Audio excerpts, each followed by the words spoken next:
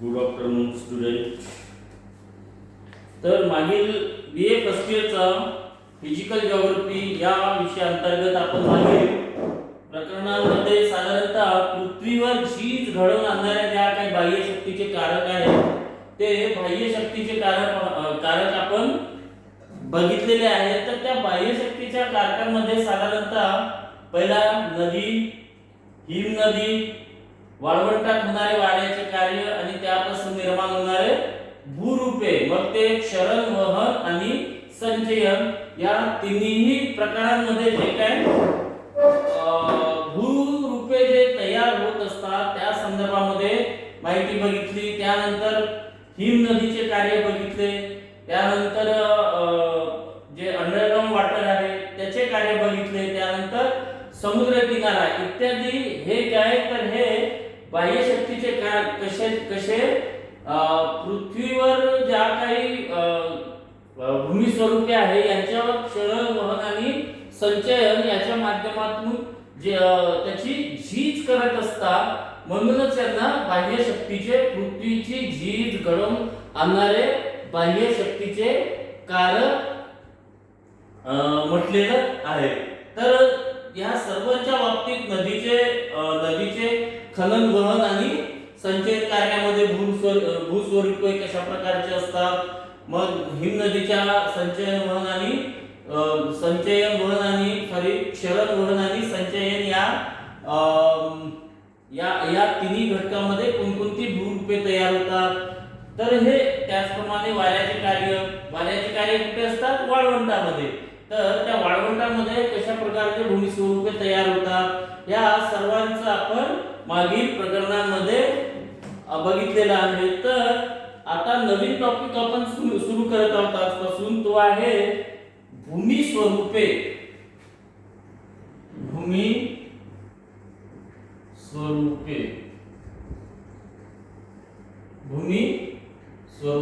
ठीक आहे. भूमी स्वरूपे. तर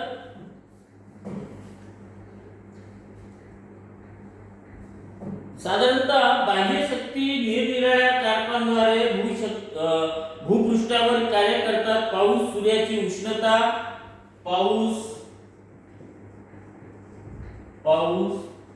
दुसरा आहे सूर्याची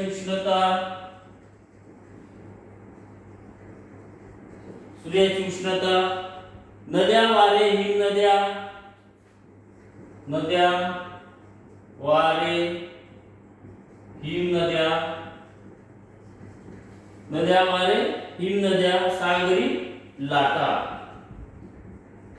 सागरी लाटा. तर साधारणतः बाह्य शक्तींचे जे कारक आहेत ते बाह्य शक्तींचे कारक यांच्यावर साधारणतः पाऊस, सूर्याची उष्णता, नद्या, वारे, हिमनद्या आणि सागरी लाटा या ही सर्व कारके आपल्या वहन, क्षरण व संचयन या विविध कार्यांनी भूपृष्ठावर सतत बदल घडवून आणत असतात. मी तुम्हाला आता सांगितलं की बाह्य शक्तीचे जे कारक आहेत तर ते क्षरण, वहन आणि संचयन या तीन कारकांद्वारे म्हणजे तीन घटकांद्वारे पाऊस, त्याच्यामध्ये सूर्याची उष्णता, नद्या, वारे, हिमनद्या, लाटा इत्यादी हे बाह्य शक्तीचे कारक आहे आणि यांच्यापासून काय ते पृथ्वीची झीज घडवून आणतात. यामुळे भूपृष्ठावरील उंच भागाचे क्षरण होते. या क्षरण क्रियेत निर्माण होणारे पदार्थ याच कारकांद्वारे दुसरीकडे वाहून नेले जातात. तर साधारणतः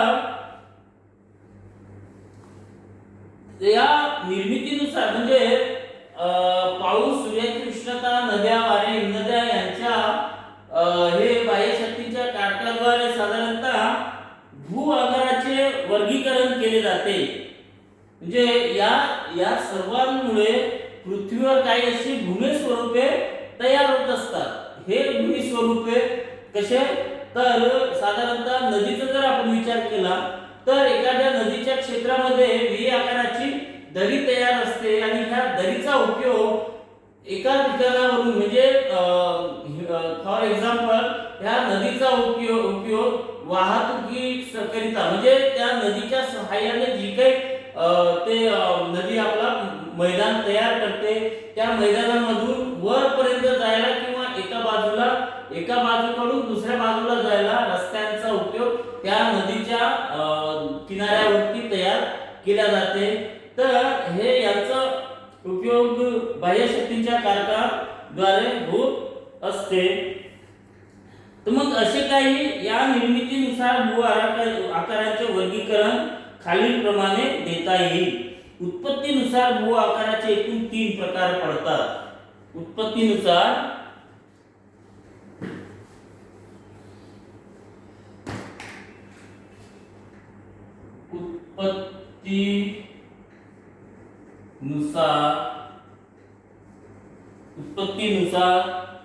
भू आकाराचे एकूण 3 प्रकार पडतात. भू आकाराचे एकूण 3 प्रकार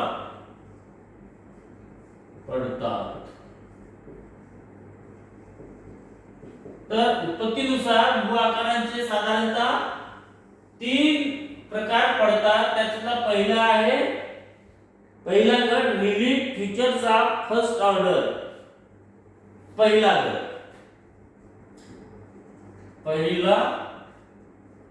गट यात relief future of first order FIRS first order. ठीक आहे. तर पहिला गट आहे relief features of first order. नंतर आहे दुसरा गट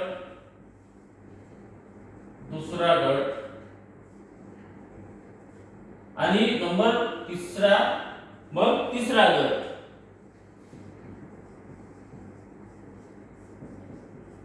एकंदरीत काय की बाह्यशक्तींचे जे कारक आहेत त्या कारकांच्या माध्यमातून क्षरण, वहन आणि क्षरण वहन आणि संचयन या तिन्ही घटकांद्वारे पृथ्वीवर जी झीज घडून येते आणि या झीज घडून येण्याच्या कारणामध्ये काही जी भूमी स्वरूपे तयार होतात, भूस्वरूपे पृथ्वीवर तयार होतात आणि या भूस्वरूपांना साधारणतः त्याचे 3 गट केले जातात. तर पहिला गट आहे, नंतर दुसरा गट, तर नंतर तिसरा गट. तर मग साधारणतः पहिल्या गटातील भू आकारांचे भूमिखंड व सागरी विभाग या महत्त्वाच्या भागांचा समावेश होतो. तर पहिल्या गटामध्ये काय येतात? पहिल्या गटामध्ये साधारणतः भूमिखंडे व सागरीय विभाग. या पहिल्या गटात भूमिखंडे व सागरी विभाग. भूमिखंडे व सागरी विभाग हे येतात. यांची निर्मिती अंतर्गत शक्तीमुळे झाली आहे. अंतर्गत शक्तीमुळे पृथ्वीचा काही भाग उंचावल्याने खंडाची निर्मिती झाली व जो भाग कचरा त्यापासून सागराची निर्मिती झाली. तर साधारणतः पहिला गट हा साधारणतः याच्यामध्ये भूमिखंडे व सागरी विभाग येतात आणि सागरी विभाग येतात. तर हे जे भूमी स्वरूप आहे हे साधारणतः पृथ्वीची जी अंतर्गत जी हालचाल आहे, पृथ्वीची अंतर्गत हालचाल आहे, या अंतर्गत हालचालीमुळे या भूमिखंडे किंवा सागरी विभागाची निर्मिती झाली आहे. तर कसा की जो भाग वरती आला तो भूमिखंड म्हणून ओळखला जाऊ लागला आणि जो भाग खाली खचला कालांतरे त्या ठिकाणी पाऊस पडून मग ते साधारणतः त्यांचं रूप सागरामध्ये परिवर्तित झालं. तर ही साधारणतः ही भूमी स्वरूपे अंतर्गत पृथ्वीच्या अंतर्गत ज्या काही हालचाली आहेत त्या हालचालीमुळे निर्माण झालेला आपल्याला पाहायला मिळते. साधारणतः मग हे भूमिखंडे आणि जे सागर विभाग आहे त्यांचा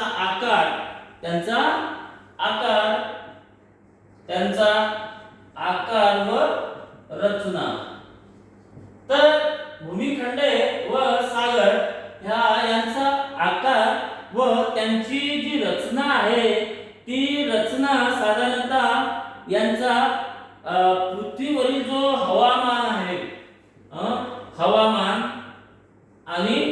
प्राणी जीवन, प्राणी जीवन.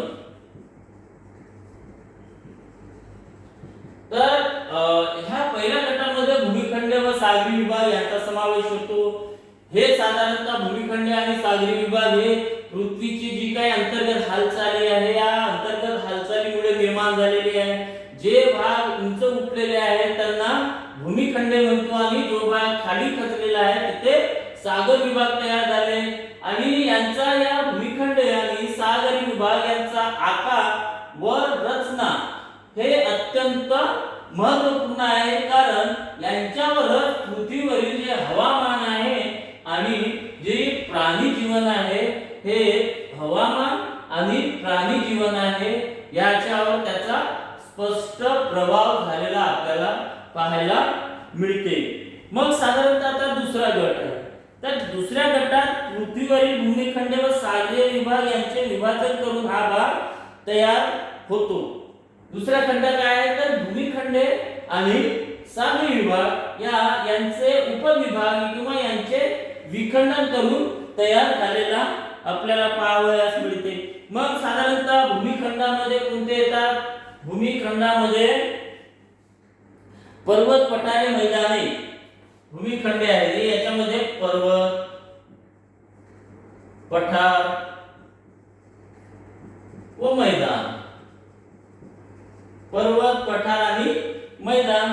आणि त्यानंतर सागर विभागाचे समुद्रगुढ जमीन, खंडांतुतार, सागरी मैदाने, सागरी डोह. समुद्रगुढ जमीन या सागरी विभागामध्ये काय येते? समुद्रगुढ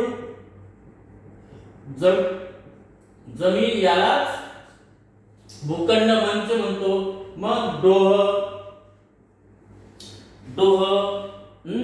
त्यानंतर खंडांत उतार आणि सागरी मैदाने, खंडांत उतार व सागर मैदाने.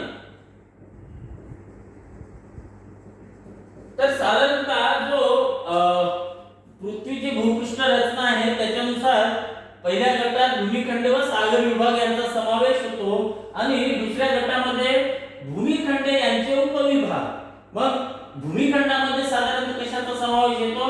पर्वत, पठार आणि मैदानाचा समावेश होतो. आणि सागरी विभागामध्ये जे काही उपविभाग आहेत त्या याचे विभाजन करून तयार करण्यात आले. सागरी हे साधारणतः मुख्य विभाग आहेत आणि हे दुसऱ्या गटामधील जे उपविभाग आहेत. तर सागरी विभागामध्ये समुद्रगुढ जमीन म्हणजे त्याला भूखंड मंच म्हणतो, ज्या ठिकाणी मासेमारीचं फार मोठा पैदाशी पाहायला मिळते आणि तिथेच फार मोठ्या प्रमाणात माशांची मासेमारी होते. त्यानंतर समुद्रगुढ जमीन, डोह, खंडांतुतार आणि सागरी मैदाने अशा 4 प्रकारांचे भूमी स्वरूपे या सागरी विभागामध्ये याचा समावेश होतो. आणि तिसरा गट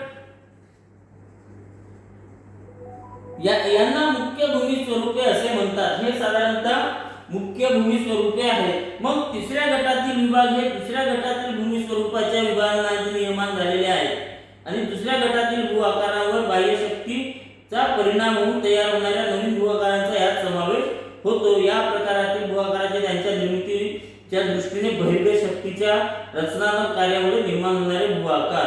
तर तिसऱ्या गटामध्ये साधारणतः हे जे पर्वत, पठार, मैदान, समुद्रगुढ जमीन, डोह, खंडांतुतार, सागरी मैदाने यापासून याचं विभाजन करून मग तिसऱ्या भूमी स्वरूपांची निर्मिती आपल्याला पाहायला मिळते.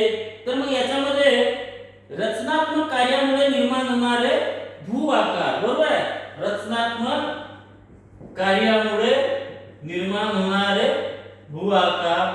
त्यानंतर संचयन कार्यामुळे निर्माण होणारे भू आकार, संचयन कार्यामुळे निर्माण होणारे भू आकार. आणि त्यानंतर आहे आणि विघातक व विध्वंसक शक्तीमुळे निर्माण होणारे भू आकार. विघातक शक्तीमुळे निर्माण भू आकार. ठीक आहे. तर पहिल्या गटामध्ये मुख्य जे भाग आहे भूमिखंड व सागर विभाग, दुसऱ्या गटामध्ये यांचे विभाजन करून जे भू आकार तयार झाले ते पर्वत, पठार, मैदान, समुद्रगुळ जमीन, डोह आणि खंडांतर सागरी मैदाने, आणि तिसऱ्या गटामध्ये रचनात्मक कार्यामुळे निर्माण होणारे भू आकार, संचयन कार्यामुळे निर्माण होणारे भू आकार आणि विघातक शक्तीमुळे निर्माण होणारे भू आकार, अशा प्रकारचे हे उत्पत्तीनुसार भू आकाराचे एकूण जे 3 प्रकार आहेत ते 3 प्रकार आपण बघितलेले आहेत. आपण इथे थांबू. याच्या नंतरचं जे आहे ते नंतर बघू.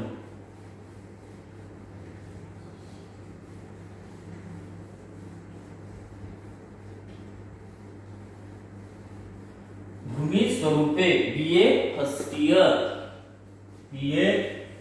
इयर